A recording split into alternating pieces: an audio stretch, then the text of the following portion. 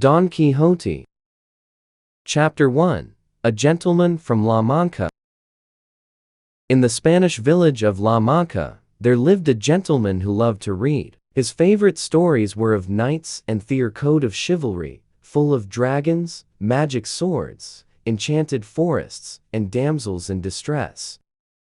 This gentleman was not a wealthy man, but rather a hidalgo. A hidalgo was a landowner who was richer than a peasant, but poorer than a nobleman. His name was Señor Quixote.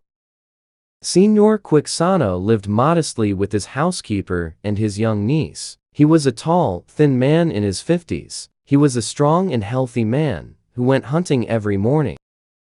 However, he started to read adventure stories all the time. His best friends, the local priest and the village barber, were worried. Their friend suddenly began spending night and day in his chair, reading adventure books through crazed, bloodshot eyes. Soon, he started thinking these stories were true. Finally, he went completely crazy. Waking up in his reading chair one morning, Señor Quixote announced, "I'm going to become a knight-errant." "A what?" asked his concerned niece. A knight-errant is a righter of wrongs, a friend to the unfortunate, a rescuer of fair maidens, and a killer of dragons. "But uncle," she cried, "there are no dragons in Spain. And who are these maidens who need rescuing?" The old man went to the attic of his house and found a rusty old suit of armor. He put the suit on and felt ready for action. In a bold voice, he announced, "Now, to my faithful steed." This steed was really a worn-out nag, but to his delusional eyes, it was a valiant war horse. "I name you Rocinante, Queen of the Hacks, and I will call myself—" He took a moment to think of the perfect name. "Don Quixote. Now I must dedicate my life to a lady." "Do you know a lady?" sobbed the man's niece, frightened by his insane ramblings. "All knights know a lady," the man replied. "When I conquer a giant or capture a villain, I'll parade them in front of her to prove my love and loyalty." Then he remembered stories he had heard of a beautiful peasant girl from the nearby village of El Toboso. Having lost his grip on reality, he decided that she was a lonely princess. "What's her name?" demanded his niece, hoping to bring him to his senses. Quickly, he invented a name. "All of the sweetest ladies are named Dulcinea. Her name is Dulcinea del Toboso, and to her I dedicate my life. Don't try to stop me. I must go." Then he picked up his sword, a cracked old lance, and a leather shield, and marched out to the stable. A few minutes later, he rode out in search of his first knightly adventure. Don Quixote soon realized that he had not been knighted. "I must find a lord or lady to dub me a knight," he said. "I don't want to be called a fraud." All day Don Quixote rode the scorching plains searching for adventure, but nothing happened. By sunset, he and Rocinante were hungry and tired. In the fading light, the armored man saw an inn and rode toward it. "Perhaps we'll find shelter at that castle," he said to his horse. The inn was of the common shabby type found along the highways of Spain. In front of the inn were two dirty-faced peasant girls, who watched in shock as this man in rusty armor approached them. "Good evening, fair maidens," he said. "I am the knight, Don Quixote de la Mancha. Please summon a trumpeter to announce my arrival." In his eyes, this old inn was a great castle with tall silver towers. Don Quixote became annoyed when the girls just giggled, but at this moment, a pig handler stepped out of the inn and blew his horn to round up his grunting animals for the night. Don Quixote mistook the sound of the horn for a chorus of pipes and trumpets. Then the innkeeper came to the knight. "If you're looking for a bed for the night, I'm sorry to tell you that we're all full." "Sire, are you the master of this castle?" asked Don Quixote politely. Looking at this man in his rusty armor, the innkeeper realized that he was obviously crazy. The innkeeper decided to have some fun with this loon. "All of the royal apartments in my castle are full." "That's okay," replied Don Quixote. "A good knight has no need for comfort. I'll be happy to sleep on the ground with a rock for a pillow." "You're a knight, aren't you?" the innkeeper asked mischievously.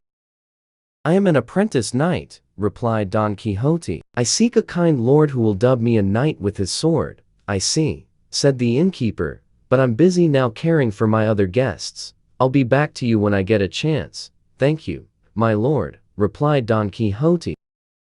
After some rest, Don Quixote grew impatient and sent for the innkeeper. When the innkeeper stumbled out, Don Quixote said, "Lord, I can wait no longer. Please tell me what good deed I must do to earn my knighthood."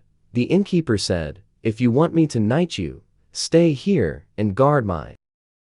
With that, he turned and stomped off to the kitchen. Don Quixote picked up his weapons and walked to the middle of the courtyard, next to a water trough. Inside, the innkeeper told his guests about the madman who thought he was a knight in the courtyard.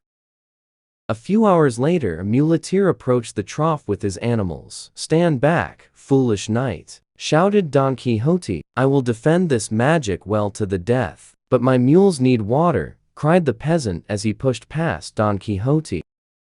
Swinging his lance, Don Quixote hit the man on the head and knocked him out. "I have done my first good deed," exclaimed Don Quixote. "When this man awakes, I must send him to my lady Dulcinea to pay his respects." Alarmed by the noise, the other muleteers rushed out of the inn and attacked Don Quixote. "A swarm of evil knights attacks me," cried Don Quixote as he blocked their flying stones with his shield. The innkeeper realized that he needed to get rid of this dangerous screwball.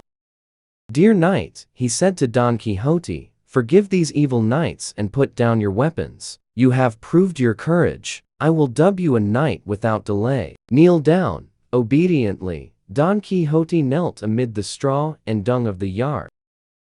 "I hereby appoint you to the order of righteous knights," cried the innkeeper, smacking Don Quixote across the back with his own sword. Don Quixote jumped to his feet excitedly. "My lord, I owe you everything." "Yes, yes," replied the innkeeper. "Now, you must go off on your good deed doing and wrong-writing at once," cried Don Quixote, who hurried to the stable, mounted Rocinante, and rode out into the dawn of La Mancha. Shortly after, Don Quixote spotted a group of silk merchants coming toward him on the road. Here is an opportunity for gallantry. Riding in front of the group, he blocked the road. "Halt, Cretans! None shall be allowed to pass without proclaiming that my lady, Dulcinea del Toboso, is the most beautiful maiden in the world." The traders stopped and looked at each other. It was obvious to them that they were in the presence of a madman. "I want to see her first before I can proclaim her beauty." "How do we know that she's not just some old sloppy chops?" said the joker of the group. "Sloppy chops!" screamed Don Quixote. "Prepare to do battle, you impudent knave." Don Quixote raised his lance and charged the group. But Rocinante was not accustomed to speed and stumbled. Don Quixote was thrown through the air and landed in a ditch with a crash. The merchants went away laughing loudly.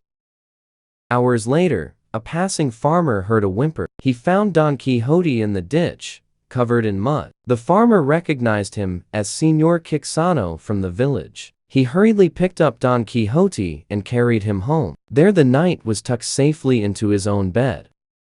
Chapter 2: Knight and Squire. For 2 weeks Don Quixote rested in his house, making everyone think he had regained his sanity, but he had secretly sold some of his land to finance his next adventure. He was also looking for a squire to accompany him.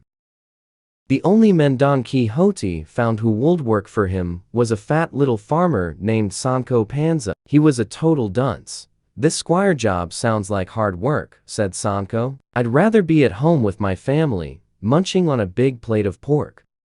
Sancho Panza loved wine, food, and afternoon naps more than anything else, but squires always receive great prizes of gold and land from the knights they serve.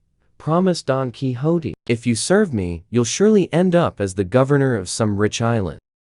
"My own island," Sancho repeated, licking his lips. "Okay, I'll grab my bags and saddle up my donkey." Then the two left in the middle of the night without telling anyone. By dawn, the two men were in the middle of a wide plain. Squinting in the glare of the brilliant sun, Don Quixote saw 30 or 40 windmills in the fields before them. Sancho, Fortune is smiling upon us, he called. Does that mean it's time for breakfast? Replied Sancho. Our great service will be remembered for centuries. What giants? Cried Sancho Panza. Over there, the ones with the long arms. But master, those are windmills. Don't contradict me, scolded Don Quixote. I know an army of giants when I see them. Don Quixote spurred Rocinante into a gallop and raised his lance. Giants, prepare to fight, he shouted. Charging into the nearest tower, he thrust the shaft of his lance into a sweeping sail. The weapon shattered, and the knight was picked up off his horse and tossed into the. He landed with a great boom, 50 meters away in a large puff of white dust. Trotting over on his donkey, Sancho Panza said, I told you they were windmills. You fool, said Don Quixote. When I charged those giants, an evil wizard flew by on an invisible horse and cast a spell that changed them into windmills, to rob me of my glory. I see, said Sancho, believing every word as he helped his master to his feet. Don't worry, my squire, I'll find this wizard and destroy him. The next morning, they began traveling again without breakfast, to Sancho's dismay. An hour later, they saw a large cloud of dust in the distance. It must be two bloodthirsty armies in battle, exclaimed Don Quixote. Then he quickly described both of the armies, including the names of their generals and fiercest knights which he made up. How do we know that this isn't just a trick by those evil wizards? Can't you hear thousands of marching feet? Yelled Don Quixote, who raised his broken lance and charged them. They're not soldiers, cried Sancho. It's just a large flock of sheep. The knight began skewering the poor sheep on the end of his lance. As soon as the shepherds saw him killing animals, they began pelting him with stones. A rock smashed the side of Don Quixote's face and knocked him off Rocinante. Those evil wizards, cried Don Quixote, spitting out a mouthful of blood and the chips of broken teeth. They've done it again. In a nearby meadow, the knight and the squire found a place to rest for the night. I'll have dinner ready in a minute, said Sancho. Oh, squire, how can you think of eating in the moment of my greatest despair? There's nothing more important to me than eating, Sancho said, devouring raw onion and salami. What are you so sad about anyway? Holding his throbbing head, the knight answered, the loss of half my ear and 4 teeth saddens me. I'm not surprised. There will be nothing left of you in a week or 2. I've never seen a man more miserable. We should call you the Knight of the Long Face. Your chin is almost scraping the ground. Yes, my squire, that's an excellent name for such an unhappy knight as myself. The two realized that they were thirsty. An hour later, they located a stream in the forest. As the sun began to set, they heard a terrible sound coming from within the depths of the forest. This is an enchanted forest ruled by a terrible ogre. I will find and destroy him with my lightning lance. If I'm not back in 3 days, go to my lady Dulcinea and tell her I died valiantly in her honor. Sancho Panza was afraid to be left alone, so he slipped off his donkey and sneaked under Rocinate's hind legs. There, he tied a loop of rope to hold her still. When Don Quixote tried to spur the nag on, she could not move. What magic is this? Boomed Don Quixote. My steed is held still. Oh, it must be that evil wizard again, lied Sancho. Perhaps it would be better to destroy the ogre in the morning. Yes, I will break this spell in the morning, agreed Don Quixote. The two men spent the rest of the night trembling in the forest for fear of the terrible noise coming from down the river. At dawn, Sancho slipped the rope from Rocinate's hind legs. When Don Quixote mounted her, she could walk. I'm free, exclaimed the knight happily. Then they set off to search for the ogre. But when they found the source of the terrible crashing sound, it wasn't an ogre but an old water machine, clanking away under the power of a water fail. Sancho Panza began laughing at Don Quixote's newest folly. We just spent the night trembling in fear of this, he laughed. The Knight of the Long Face was even more miserable after this failed adventure, but late that afternoon, he saw something that lifted his spirits. Look, Sancho, do you see that knight riding toward us? I see a man on a donkey, replied Sancho. That knight is Horatio the Brave, and his helmet is the most valuable on earth. I think that's a barber's wash basin on his head. No, it's a solid gold battle helmet. I will challenge him and win it. Don Quixote shouted, "Surrender your helmet, Horatio, or I'll spear you with my lance." Don Quixote snatched the basin from the man and placed it on his head. The visor is missing, and someone has tried to melt the gold off, but I shall wear it with pride. Sancho tried not to giggle at the sight of Don Quixote with the wash basin on his head.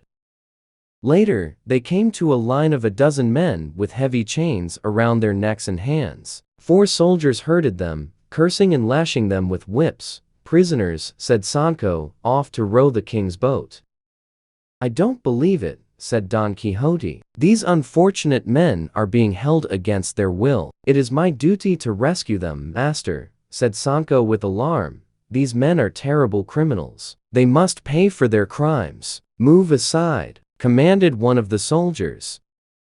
"These men are vulnerable and needy," said Don Quixote. "As a knight-errant, I offer them protection." "This crazy old fool is out of his mind," laughed the sergeant. "He's got a wash basin on his head."